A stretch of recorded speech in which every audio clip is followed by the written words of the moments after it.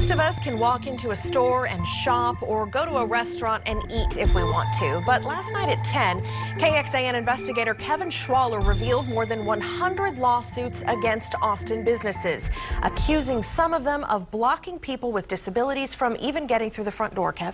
Yeah, they come from just one attorney and his client who's in a wheelchair. They refused to talk on camera, but said over the phone they're simply working to bring change for the disabled community. Still, we discovered suits might also be raking in a lot of money, leading some people to question their actions. In fact, we found that same attorney, Omar Rosales, also sued nearly 50 businesses in South Texas in the last year. So tonight, for perspective, we also look to the West Coast, where suits are commonplace.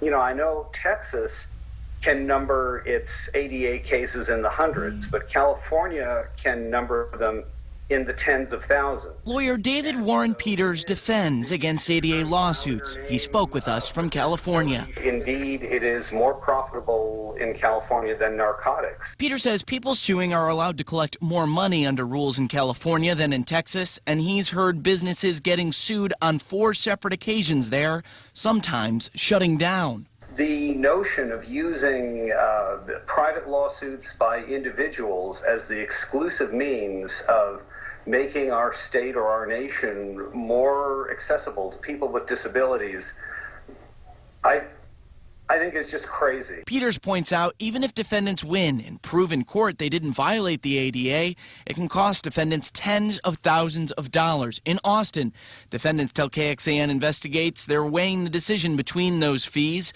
or paying a few grand to settle. I'm hesitant to second guess what other attorneys are doing, and certainly, as I said, there's no requirement to go through some other kind of extra legal process to try to make the changes happen. Joe Barra is a lawyer for the Texas Civil Rights Project. He and disability advocates say they use ADA lawsuits as tools for change.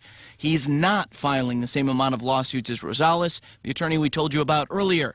Barra stressed the importance of having the option to sue as a civil rights issue. I think what it should do is provoke businesses, rather than complain about it, to look at themselves and avoid the lawsuit by doing the right thing to begin with.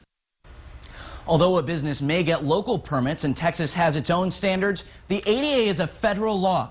Under that federal law, businesses are responsible for making their buildings and services accessible to people with disabilities. If they don't, they could face the choice: pay a settlement or possibly pay more to take it to court. Kevin Schwaller, KXAN, investigates.